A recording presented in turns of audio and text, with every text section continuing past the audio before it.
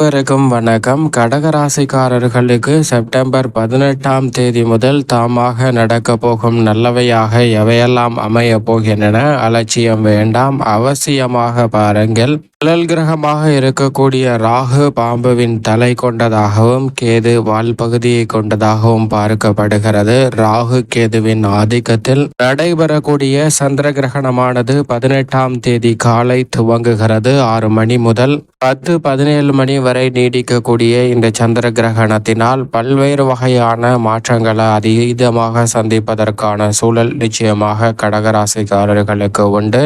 எனவேதான் இந்த வாரத்தின் துவக்கத்தில் சந்திர கிரகணத்துடன் இந்த வாரம் துவங்குவதால் பல அதிரடியான மாற்றங்களை சந்திப்பதற்கான வாய்ப்பும் தாமாக நடக்கக்கூடிய நல்லவையாக பல நிகழ்வுகள் அமைய போகின்றன. ஏனென்றால் சந்திர கிரகணம் நிறைவுற்றதற்கு அடுத்த நாள் மிக வலுவாக ஆட்சி பலம் பெறுகிறார் வித்யா கரகரான புதன். அங்கு உச்சமும் பெற்று சஞ்சரிக்க போகிறாருங்க. அது மட்டுமல்லாது இந்த வேளையில் அதே சமயத்தில் மிகவும் வலுவாக சுக்கிரனும் ஆட்சி பலம் பெறுகிறார். இப்படி இரு கிரக நிலைகள் சந்திர கிரகணம் நிறைவடைந்ததற்கு பிறகு ஆட்சி பலம் பெறுவதால் அமோகமான அதிரடியான முன்னேற்ற வாய்ப்புகளை நிறைவாக பதிவு செய்வதற்கான முதன்மையான யோகம் நிறைந்த ஒரு தருணமாக பார்க்கப்படுகிறது. எனவே இதை சரியாக பயன்படுத்தி கொண்டால் தாமாக நடக்கக்கூடிய நல்லவையாக பல நிகழ்வுகள் கடகராசிக்காரர்களுக்கு மிகவும் அற்புதமாக கைகூடுவதற்கான யோகம் உண்டு. உதாரணமாக துறவி ஒருவர் இருக்கிறார். அவர் எதிர்காலத்தை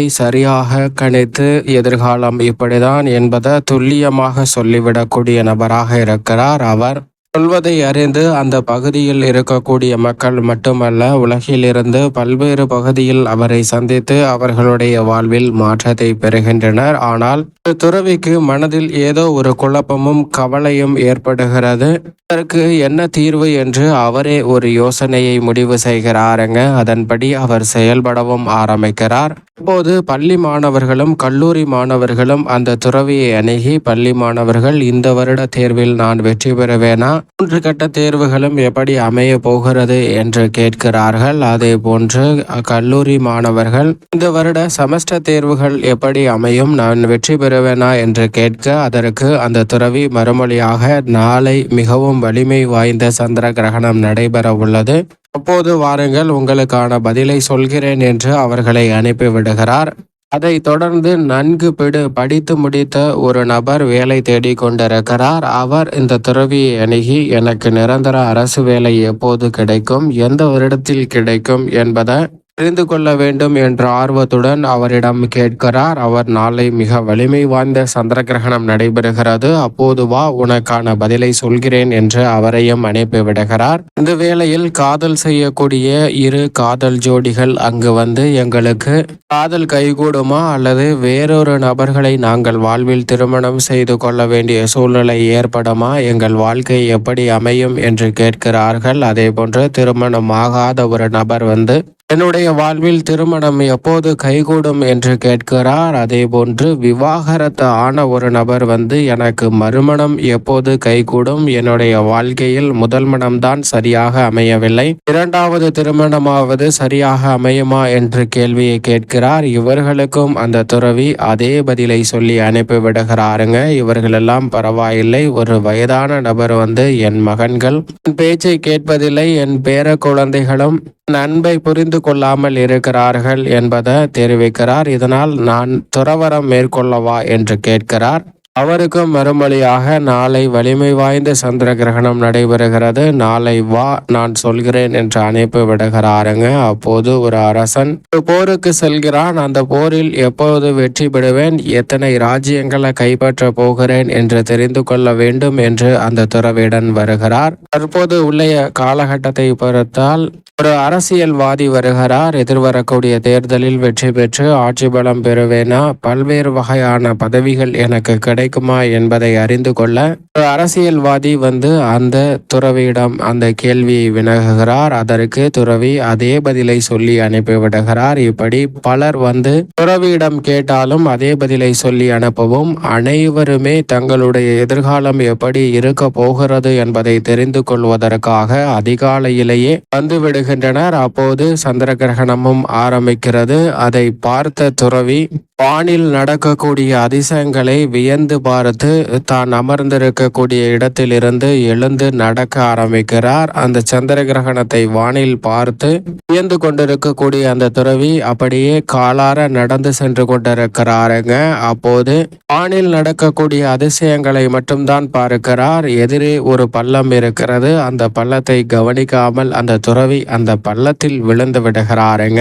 இதை பார்த்த அனைவருக்கும் இவரிடமா நாம் எதிர்காலத்தை பற்றி கேட்க வந்தோம், இவரே பள்ளத்தில் விழுந்து விட்டார், இவருடைய எதிர்காலமே இவருக்கு தெரியவில்லை என்று எள்ளி நகையாடுகின்றனர். இதை பார்த்த அந்த துறவி வேறு ஒன்றும் கிடையாது, நீங்கள் இப்படிதான் செய்வீர்கள் என்பது எனக்கு முன்கூட்டியே தெரியும்.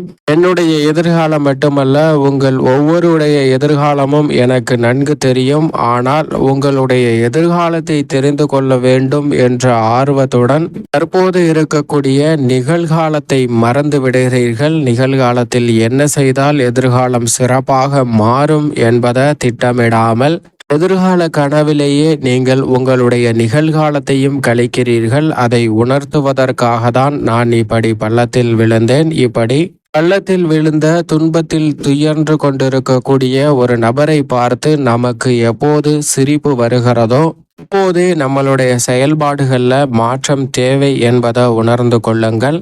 ஏனென்றால் ஒருவர் துன்பத்தில் இருக்கும்போது அவருக்கு உதவாமல் அவருடைய நிலையை கண்டு மகிழ்ச்சி கொள்வது நிச்சயம் வருந்தத்தக்க ஒரு நிகழ்வுதான். இது போன்றுதான் தற்போது இருக்கக்கூடிய நிகழ்காலத்தை மறந்துவிட்டு எதிர்காலத்தை கனவாக கண்டு கொண்டிருக்கிறீர்கள். எனவே நிகழ்காலத்தை பற்றி உங்களுக்கு உணர்த்துவதற்காக தான் நான் இந்த குழியில் விழுந்தேன். உங்களுடைய நிகழ்காலத்தை சரியாக திட்டமிட்டு செயல்படுங்கள் என்று சொல்லி அனைவரையும் அனுப்பிவிடுகிறாருங்க அந்த துறவி. இது போன்ற தான் கடகராசிக்காரர்களுடைய வாழ்விலும் எதிர்காலத்தை பற்றி சிந்தித்து கொண்டே நிகழ்காலத்தில் இருக்கக்கூடிய தன்மையை நாம் மறந்து விடுகிறோம். எதிர்காலத்தில் இந்த கிரகம் இப்போது வரும்போது மிக வலுவான நன்மை கிடைக்கும், அப்போது கிடைக்காது என்று பல குழப்பமான சிந்தனைகளை பெறுகிறோம். ஆனால் எப்போது நீங்கள் ஜாதக அமைப்பும் கிரகம் பார்த்தாலும் ஏதோ ஒரு கிரகநிலை சாதகம் மற்றும் ஏதோ ஒரு கிரகநிலை பலம் பெற்றும் தான் இருக்கும். அந்த கிரகத்தின் தன்மையை அறிந்து கொண்டால் நிச்சயமாக அதிலிருந்து வெளிவருவதற்கான சிரமம் இல்லை என்பதை துல்லியமாக உறுதிப்படுத்துகின்றன. தற்போது அஷ்டம சனியின் ஆதிக்கம் இருந்தாலும் கூட குரு மிக வலுவாக லாபத்தில் இருக்கிறார். இப்படி முரண்பாடான 2 கிரக நிலைகளின் அமைப்பு இருக்கும் போது நாம் முரண்பாட்டில் பாதிப்பை ஏற்படுத்தக்கூடிய கிரக அமைப்பை மட்டும்தான் யோசிக்கிறோம். அதனால்தான் நம்மளுடைய வாழ்வில் பல துன்பங்கள் நேர்கிறது. லாபத்தில் உள்ள குருவை மறந்து விடுகிறோம். இது போன்றுதான் நிகழ்காலத்தில் இருக்கக்கூடிய நன்மை நிறைந்த விஷயங்களை மறந்துவிட்டு துன்பத்தை மட்டும் எண்ணும் போது பல சிரமங்களுக்கு உள்ளாகிறது. இந்த தருணத்தில் தாமாகவே சந்திர கிரகணம் நிறைவுற்றதற்கு பிறகு மிக வலுவாக ராகு 9லும் கேது 3லும் இருக்கிறார். அது மட்டுமல்லாது கேதுவுடன் இணைந்து சூரியன் மற்றும் புதன் சஞ்சரிக்க போகின்றன. புதன் ஆட்சி பலமும் உச்சமும் பெற்று சஞ்சரிக்க போகிறாருங்க. சுகஸ்தானத்தில் ஆட்சி பலம் பெறுகிறார் சுக்கிரன். இப்படி சந்திர கிரகணம் நடைபெற்றதற்கு பிறகு அடுத்த நாளே கிரகநிலைகள்ல மிக வலுவான நல்ல மாறுதல் ஏற்படுவது கடகராசிக்காரர்களுக்கு மிக சிறப்பாக தாமாகவே பல நல்ல வாய்ப்புகளையும் முன்னேற்றத்திற்கான பல அறிகுறிகளையும் ஏற்படுத்துவதற்கான யோகத்தை உருவாக்கி கொடுக்கிறது. இதை சரியாக சிந்தித்து செயல்படுத்தி கொண்டால் நிச்சயமாக மிக சிறப்பான வளர்ச்சி நிறைவாக உண்டு. ஏனென்றால் குரு லாபத்தில் இருப்பதால் அனைத்திலும் நல்ல வெற்றி உண்டு. நீங்கள் எதிர்பார்க்கிறபடி குடும்பத்தில் மகிழ்ச்சிகரமான சுப நிகழ்வுகள் சிறப்பாக கைகூடும். குடும்ப உறவுகள் உடனடியாக தாமாகவே இணைவதற்கான யோகம் உண்டு. கணவன் மனைவிக்கிடையே ஏற்பட்ட கருத்து வேறுபாடுகள் தாமாகவே நிச்சயமாக அமையும். வருமானத்தை உயர்த்தி கொள்ளக்கூடிய வகையில் நல்ல சந்தர்ப்பங்கள் இந்த தருணத்தில் தாமாகவே உங்களை தேடி வருவதற்கான யோகம் உண்டு. உத்தியோக ரீதியாக பல்வேறு வகையான பாதிப்புகள் அஷ்டம சனியினால் ஏற்பட்டாலும் கூட சனி வக்ரம் பெற்றிருக்கக்கூடிய இந்த வேளையில் லாபத்தில் நிலை கொண்டிருக்கிறாருங்க குரு. எனவே எதிர்பாராத நல்ல வாய்ப்புகள் உங்களுடைய உத்தியோகம் சார்ந்த நன்மைகளை மிக சிறப்பானதாக மாற்றி கொடுக்கக்கூடிய யோகத்தை நிச்சயமாக ஏற்படுத்தி கொடுக்க போகிறது. எனவே புதிய வேலை வாய்ப்பு மற்றும் உத்தியோக ரீதியான சலுகைகளை நிறைவாக பெறலாம். தொழில்துறை வியாபாரத்துறையிலும் பல பணிகளை திட்டமிட்டு சிறப்பாக செயல்படுத்துவதற்கான வாய்ப்பு நிச்சயமாக உண்டு. இந்த நேரம் சரியில்லை அந்த நேரம் சரியில்லை என்று நாம் காலத்தை கடத்த வேண்டாங்க. தங்களுடைய அனுபவம் நிறைந்த பணி எதுவாக இருந்தாலும் அவற்றை திட்டமிட்டு செயல்படுத்தலாம். நல்ல வளர்ச்சி உண்டு. மிக விரைவில் அஷ்டம சனியும் முற்றிலுமாக விலகி விடுவார். எனவே நீங்கள் நினைக்கக்கூடிய காரியங்கள் அனைத்திலும் தொழில் ரீதியாக அலைச்சல் இல்லாமல் வெற்றி மிக சிறப்பாக கிடைக்கும். ஏனென்றால் ராகு பாக்கியஸ்தானத்தில் நிலை கொண்டிருக்கிறாருங்க மற்றும் கேது சகாயஸ்தானத்தில் வெற்றிக்கு உரித்தான 3 புதன் மற்றும் சூரியனுடன் இணைந்திருக்கிறார். சூரியன் 3 இருப்பதால் எந்த காரியத்தை கையில் எடுத்தாலும் அலைச்சல் இல்லாமல் வெற்றி வாய்ப்பு நிறைவாக பதிவு செய்ய முடியும். ராசியின் அதிபதியான சந்திரனும் சாதகமாக வலம் வருகிறார். கல்வியில் நல்ல முன்னேற்றம் உண்டு.